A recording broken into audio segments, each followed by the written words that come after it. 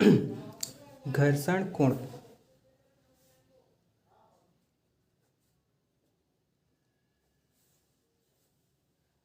एक फर्श है ऐसे, ठीक है, ए, और इसमें एक वस्तु है ये वाला।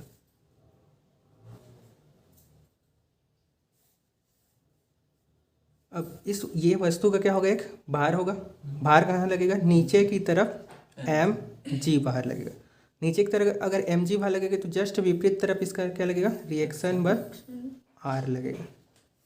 ठीक, अब इस पर हम लोग किसी क्षण एफ एस फोर्स लगाते हैं। एफ फोर्स लगाएंगे इधर इस तरफ लगाएंगे, ठीक है, तो इसके जस्ट तरफ क्या लगेगा, विपरीत फोर्स, जिस ये जो सतह के साथ लगेगा इस वस्तु के साथ, वो क्या होता है, फ्रिक्शन, जिसको किसे प्रदर्शित करते हैं, एफ एस, घर्षण बल बोलते हैं इसी को। ठीक है, तो ये जो घर्षण बल, घर्षण है, ठीक है, ये घर्षण की जो दिशा है वो इसके साथ जितने अंश का कोण बनाता है ऐसे करके, उसी को हम लोग बोलते हैं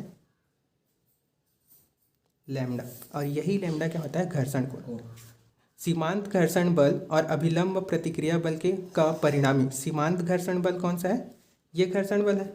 ठीक है, मतलब देखो, एक रिएक्शन बल ये लग रहा है और एक घर्षण बल ये लग रहा है। पहले हम लोग देखे थे कि जो घर्षण बल होता है वो आर के अनुक्रमानुपाती होता है। क्या होता है, एफ एस जो होता है आर के अनुक्रमानुपाती होता है, इक्वल नहीं होता है, क्या होता है, अनुक्रमानुपाती होता है। तो दोनों के परिणामी, परिणामी में समझते हो ना, ये जो बीच में खींचते हैं, कोई भी दो एक्सिस लेते हैं, ठीक है, एक्सिस के बीच में अगर हम लोग अगर दो सदिशों को एक्सिस में मानते हैं, एक सदिश इधर है और एक सदिश इधर है, तो इसका परिणामी क्या हो जाता है, ये वाला बीच वाला इसका परिणामी हो जाता है। ठीक, तो ये इसका परिणामी है, कौन, सी इसका परिणामी है।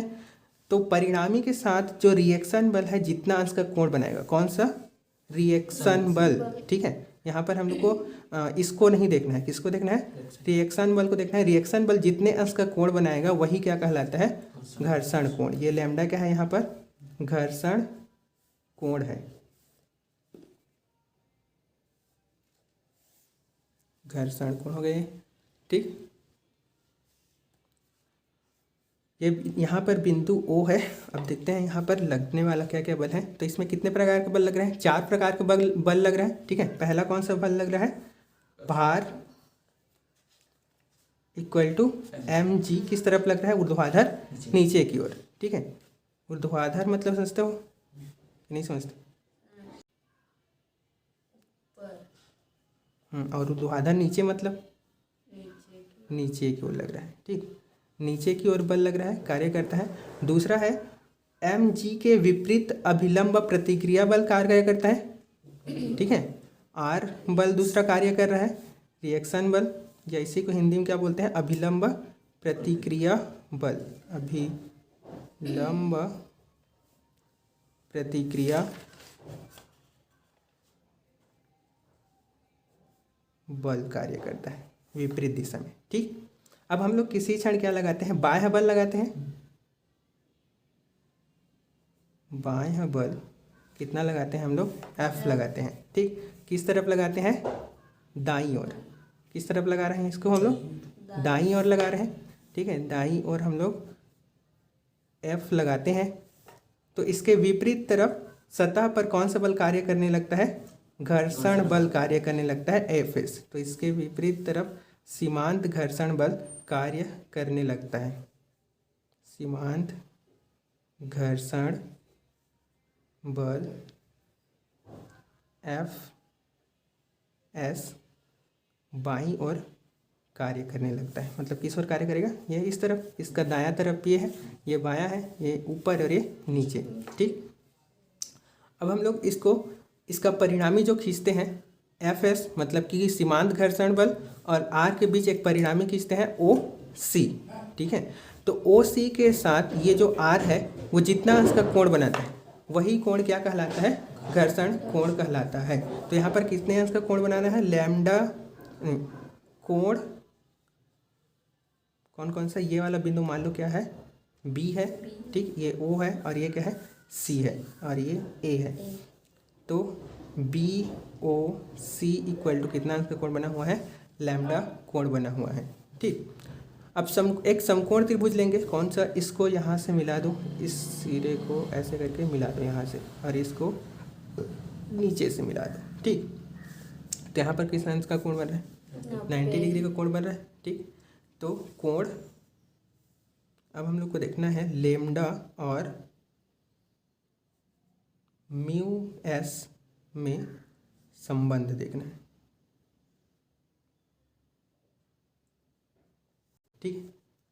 यहाँ पर हम लोग पहले देखते हैं समकोण त्रिभुज, समकोण त्रिभुज ओ बी सी में tan थीटा लगाएंगे, ठीक। तो tan थीटा इक्वल टू क्या होता है, tan लैम्डा है यहाँ पर थीटा की जगह, ठीक। तो ये इसका क्या हो गया, कोण हो गया, न्यून कोण हो गया। तो न्यून कोण जिसमें लगता है वो क्या हो जाता है, आधार, और ये वाला क्या हो जाता है, लंब हो जाता है, ये कर्ण हो जाता है, ठीक है। तो यहाँ पर tan थीटा लगा रहे हैं, तो tan थीटा इक्वल टू लंब बटे आधार। तो लंब कौन सा है हम लोग का, ये वाला लंब है, ठीक। अब देखो ये जो है वो इसके बराबर है, ठीक। मतलब कि यहाँ पर क्या लिख सकते हैं हम लोग, ये पहले तो ए है, बी सी है, बी सी बटे क्या लिखेंगे, ओ बी, लेकिन बी सी जो है वो सी ए के बराबर, ए सी ए ओ उतना ही बड़ा ए भी है, ठीक। यहाँ पर ओ ए, तो O A equal to B C हो गया, ठीक। अब यहाँ पर tan lambda equal to F S बटे आर, क्यों, इसका मान कितना है, एफ एस है, और इसका मान कितना है, आर है, तो इसलिए क्या हो जाएगा, एफ एस बटे आर हो जाएगा, ठीक।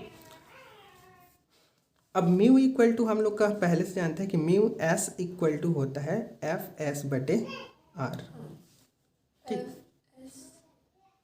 एफ एस बटे क्या होता है, आर होता है।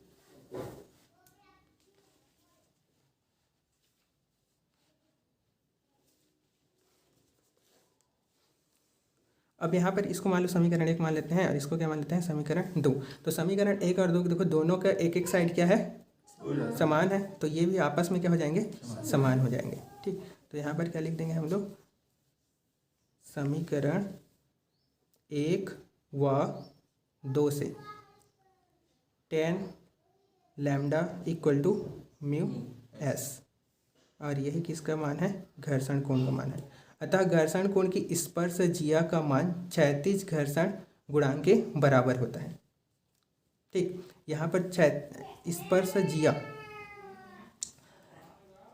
स्पर्शजिया बोलते हैं tan थीटा को, किसको बोलते हैं, tan थीटा को, साइन को जिया बोलते हैं, ठीक है, साइन को क्या बोलते हैं, जिया, और कॉस को बोलते हैं कोज्या, और tan को बोलते हैं स्पर्शजिया, हिंदी में उसका मान है, ठीक।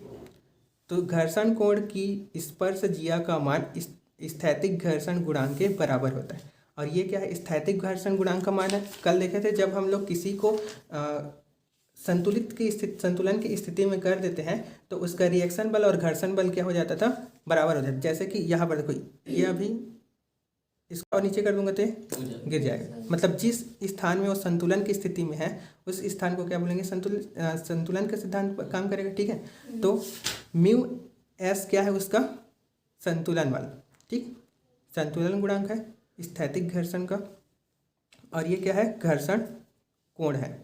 तो दोनों का इसका स्पर्शजिया जो होता है इसके बराबर होता है। घर्षण कोण की स्पर्शजिया का मान स्थैतिक घर्षण गुणांक के बराबर होता है। ये क्या है, इसका स्थैतिक घर्षण गुणांक, ठीक।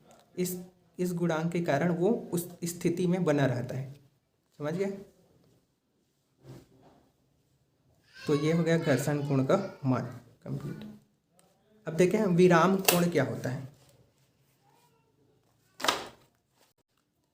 विराम कोण एक सतह है ऐसे झुका हुआ, सीधा सतह ना होके कैसा है, ऐसे, ठीक। अब ये क्षैतिज से मतलब नीचे वाले सतह से यहाँ पर एक कोण बना रहा है, थीटा कोण। कौन सा कोण बना रहा है, थीटा कोण बनाता है, ठीक। अब यहाँ पर एक वस्तु है, अब ये वस्तु कैसे रहेगा, ऐसे तिरछा रहेगा, ठीक है। अब इसका जो भार है वो किस तरफ काम करेगा, नीचे की ओर, जस्ट नीचे की ओर कार्य करेगा, मतलब ऐसे नहीं कार्य करेगा, वो कैसे कार्य करेगा, नीचे की ओर कार्य करेगा, जमीन की तरफ ही कार्य करता है वो। तो यहाँ पर एम जी किस तरफ कार्य कर रहे हैं, नीचे की ओर। और अभिलंब प्रतिक्रिया बल तो इस कैसे काम करता है, ये सतह के लंबवत कार्य करता है, ठीक है। जो भार होता है वो नीचे की ओर, जस्ट नीचे की ओर कार्य करता है, लेकिन जो रिएक्शन बल होता है वो सतह के लंबवत कार्य करता है। तो ये सतह है हम लोग का, मतलब ये जमीन है, ठीक है, वहाँ का। अब इसका लंब यहाँ से 90 डिग्री बनाएंगे तो कैसे बनेगा, सीधा बनेगा, ठीक है। तो ये क्या हो गया हम लोग का, रिएक्शन बल हो गया, अभिलंब प्रतिक्रिया बल। इस बिंदु को मान लेते हैं बी, ये वाला बिंदु हम लोग का क्या है, ओ है, नहीं दिया है तो रहने दो फिर। अब यहाँ पर ये वस्तु किस तरफ आना चाह रहा है, नीचे की ओर, ठीक, गति नहीं कर रहा है, हालांकि इसमें कोई फोर्स नहीं दे रहे। देखो यहाँ कोई भी अगर वस्तु लेते हैं, ठीक है, उसको हम लोग क्षैतिज वाला में ऐसे रखेंगे तो ऑटोमेटिक वो खिसकेगा ना, ठीक, मतलब कि बिना फोर्स के फोर्स लग रहा है वहाँ पर, तो हम लोग बाह्य फोर्स इसमें नहीं दे रहे हैं, ठीक। लेकिन ये क्या है, नीचे की ओर आ रहा है, तो नीचे की ओर जैसे ही आएगा यहाँ पर गति करता है तो क्या लगता है, इसके सतह के समांतर एक क्या लगता है, फोर्स, जिसको क्या बोलते हैं, सीमांत घर्षण या एफएस बोलते हैं, ठीक। अब ये किस तरफ लग रहा है हम लोग का, ऊपर की ओर लग रहा है। नीचे की ओर कोई बल कार्य करेगा, कौन सा बल कार्य करेगा नीचे की ओर, देखो ये जो बल है कौन सा, mg बल, वो कैसे लग रहा है, नीचे की ओर लग रहा है। अब इसको दो भागों में विभाजित कर सकते हैं, सदिश के नियम के अनुसार इसको क्या कर सकते हैं, दो भागों में विभाजित कर सकते हैं, वियोजित कर सकते हैं, सदिश वियोजन के नियम से, ठीक है। तो एक्स एक्सिस में जो वियोजन करते हैं उसको कॉस थीटा लिखते हैं, और साइन में वियोजित करते हैं उसको, वाई एक्सिस में जब वियोजित करते हैं उसको साइन थीटा लिखते हैं, ठीक।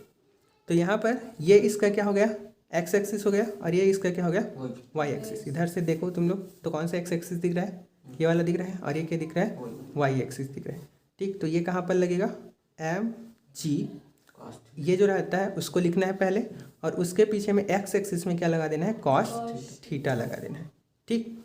और वाई एक्सिस में क्या लगाना है, इसको लिखना है पहले एम जी को, और इसके पीछे क्या लगाना है, साइन थीटा लगा देना है, ठीक। ये जो एम जी कॉस थीटा है उसके जस्ट विपरीत तरफ कौन सा बल लग रहा है, आर रिएक्शन बल, ठीक है। मतलब ये दोनों एक दूसरे को क्या करेंगे, संतुलित करेंगे, ठीक। अब यहाँ पर कौन सा बल लग रहा है, नीचे की ओर एम जी साइन थीटा, और ये इसके विपरीत दिशा में कौन सा लग रहा है, एफ एस। और ये हम लोग किसका क्या का मान याद करें, विराम कोण, मतलब ये इस पर इस स्थिति में वो रुका हुआ है, ठीक है, तब उसका कोण याद करें। तो विराम कोण क्या होता है, जब किसी वस्तु को किसी नत समतल पर सीमांत संतुलन की स्थिति में रखा जाता है, ठीक है, सीमांत संतुलन की स्थिति में होती है तो नत समतल क्षैतिज से जो कोण बनाता है उसे विराम कोण कहते हैं। अगर उस कोण को बदल देंगे तो अगर इसको मैं थोड़ा सा और ऊपर ले जाऊं तो ये कहाँ आ जाएगा, नीचे आ जाएगा, क्योंकि ये संतुलन की स्थिति क्या हो जाएगा, बिगड़ गया, ठीक, समझ गए। तो विराम कोण का परिभाषा क्या हो जाएगा, जब किसी वस्तु को नत समतल मतलब ऐसे झुका हुआ समतल, ठीक, जब किसी वस्तु को नत समतल में सीमांत संतुलन स्थिति में होता है तो क्षैतिज के साथ, इसके साथ ये जो है क्षैतिज के साथ जितने अंक कोण आता है तो जो नहीं होगा तो नत समतल क्षैतिज से जितने अंश का कोण बनाता है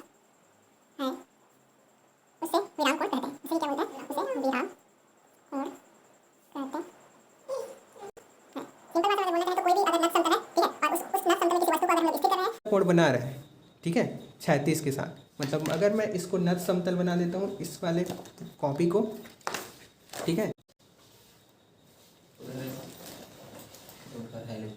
हाँ, ठीक, ये हम लोग का नत समतल है, और इसमें हम लोग क्या कर दिए, इसको रख दिए, फिसल जाएगा लेकिन। तो अब हम लोग इसमें क्या लगाना है, घर्षण। तो इसमें क्या होगा, ये वाला जो पेज है वो क्या है, चिकना है, तो इसमें घर्षण क्या लगेगा, कम लगेगा, ठीक है।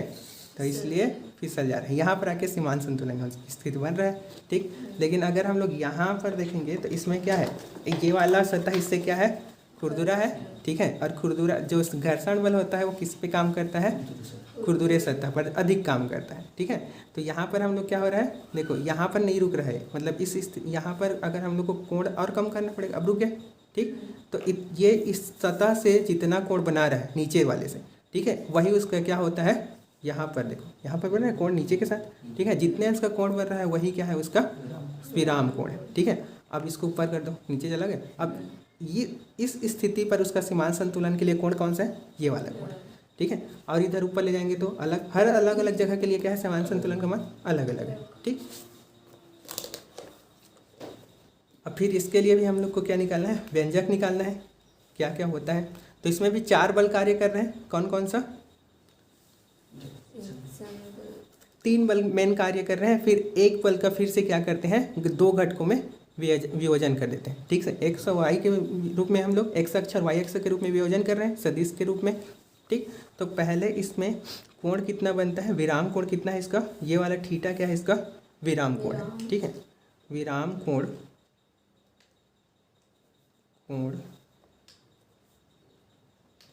ए O B equal to theta. अब नत समतल में कार्य करने वाला बल, नत समतल में कार्य करने वाला बल,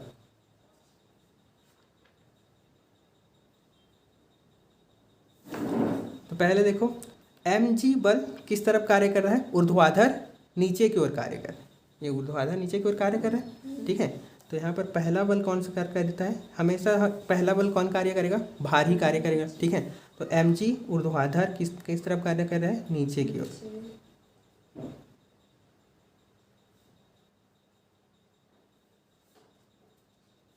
नीचे की ओर कार्य करता है।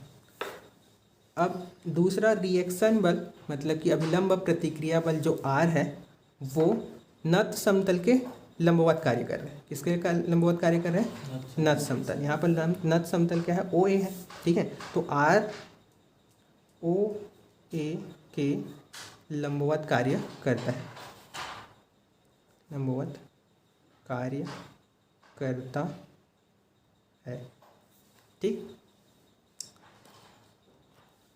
इसके सतह के ऊपर की ओर Fs सीमांत घर्षण बल कार्य करता है, ठीक। सीमांत घर्षण बल किस ओर कार्य कर रहा है, ऊपर की ओर।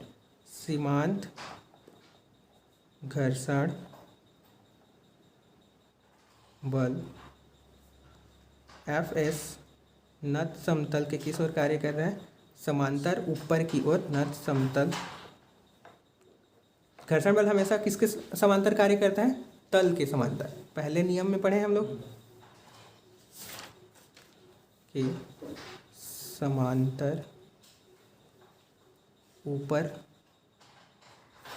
की ओर कार्य करता है, ठीक। अब क्या करेंगे हम लोग, mg जो बल है उसको 2 घटकों में वियोजित कर देंगे। mg भार को 2 घटकों में वियोजित करने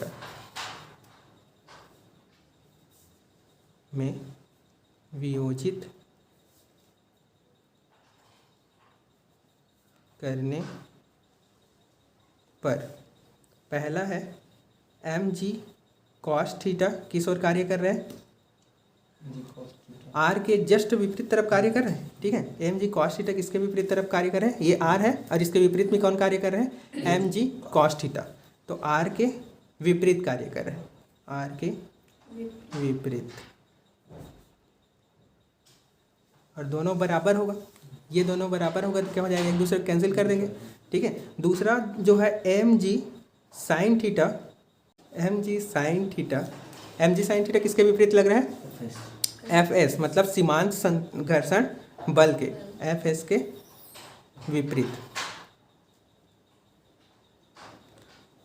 अब वो अगर वह रुका हुआ है, कौन रुका हुआ है, ये यहाँ पर रुका हुआ है, मतलब कि संतुलन की स्थिति में, और संतुलन की स्थिति में ये जितना लगेगा उतना ही ये भी लगेगा, ये जितना लगेगा उतना ये ही लगेगा, ये भी लगेगा, तब क्या होगा, ये रुका रहेगा। अगर ये वाला अगर ज़्यादा हो गया तो ये नीचे खींच देगा, ठीक है। तो इस स्थिति में क्या है, चारों बल क्या है, बराबर है।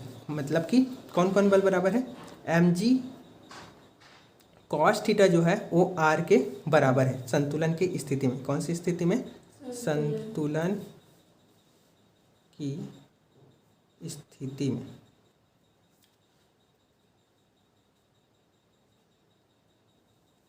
दूसरा कौन सा होगा, एम जी साइन थीटा किसके होगा, एफ एस के अनुक्रमानुपाती होगा, ठीक। समीकरण इसको 1 दे दो, इसको समीकरण 2 दे दो, दोनों को क्या कर देंगे, भाग। समीकरण 1 2 को भाग देना है हम लोग को x से। 2 को ही 1 से क्यों दे रहे हैं, 1 को क्यों नहीं दे रहे हैं 2 से, क्योंकि अगर 1 को 2 से देंगे तो कॉस बटे साइन आ जाएगा, तो कॉट आ जाएगा। लेकिन हम लोग को क्या चाहिए, टेन चाहिए, ठीक है। प्रवणता के लिए क्या करते हैं हम लोग, टेन निकालते हैं, तो इसलिए ढाल निकालना है तो टेन चाहिए। तो इसलिए क्या कर रहे हैं, 2 को 1 से दे रहे हैं। ऊपर में क्या जाएगा, एम जी साइन थीटा बटे एम जी कॉस थीटा, इधर क्या हो जाएगा, एफ एस बटे आर हो जाएगा। अब ये एम जी और एम जी क्या हो गया, कट गया, ठीक है। बचा क्या है हम लोग का,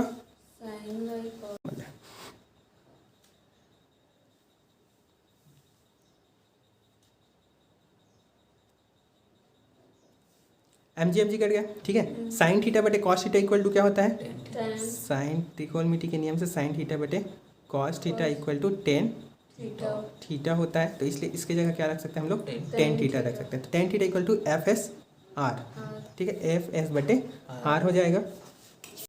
साइन थीटा बटे cos theta equal to tan theta हो गया था, और टेन थीटा इक्वल टू अब क्या हो जाएगा, एफ बाई एस, मतलब कि सीमांत घर्षण बल बटे रिएक्शन बल हो जाएगा। अब यहाँ पर म्यू एस इक्वल टू होता है एफ एस बटे आर। म्यू एस क्या है यहाँ पर सीमांत संतुलन की स्थिति, संतुलन स्थिति में mu S equal to F S बटे आर होता है। और यहाँ पर ये दोनों अगर बराबर है आपस में तो ये दोनों भी क्या हो जाएगा, बराबर हो जाएगा, इसलिए tan theta equal to mu S हो जाएगा। विराम कोण की स्पर्शज्या इक्वल टू स्थैतिक घर्षण गुणांक, म्यू एस क्या है, स्थैतिक घर्षण गुणांक है। तो ये आ गया हम लोग का ये वाला समीकरण, ठीक है। क्या क्या हम संबंध देखना है, मतलब घर्षण कोण मतलब लैम्डा, 10 लैम्डा, ठीक है। और विराम कोण मतलब थीटा, दोनों में हम लोग को संबंध बताना है। घर्षण कोण और विराम कोण में संबंध,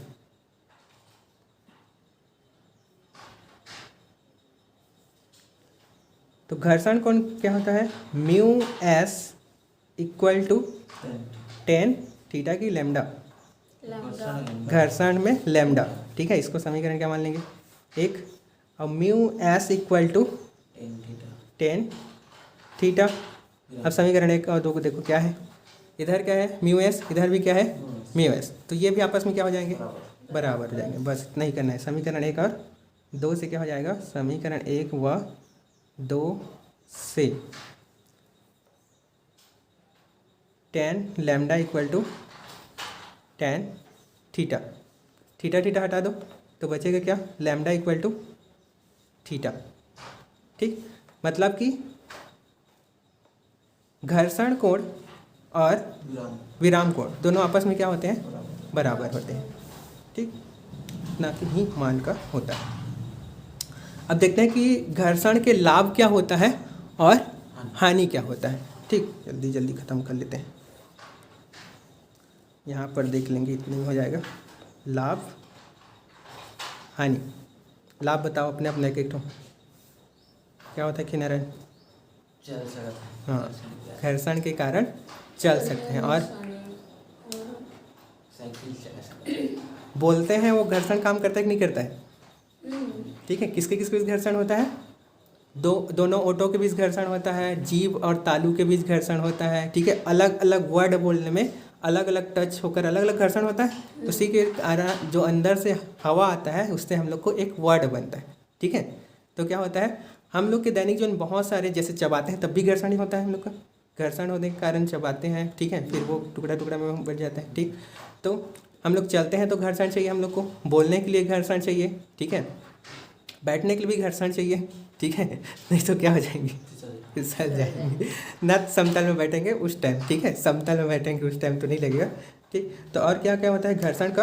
ब्रेक, जब किसी वाहन को हम लोग को ब्रेक लगाना है तो वहाँ पर क्या उत्पन्न करते हैं हम लोग? घर्षण उत्पन्न करते हैं। साइकिल में वो ट्यूब लगा होता है, ठीक है, छोटा सा, उसको हम लोग ब्रेक मारते हैं तो वो साइकिल के पहिया में क्या होता है, घिसता है, ऐसे करके पहिया रहता है, पहिया के यहाँ पर क्या लगा रहता है, एक तो छोटा सा कटा ट्यूब का कटा हुआ लगा रहता है।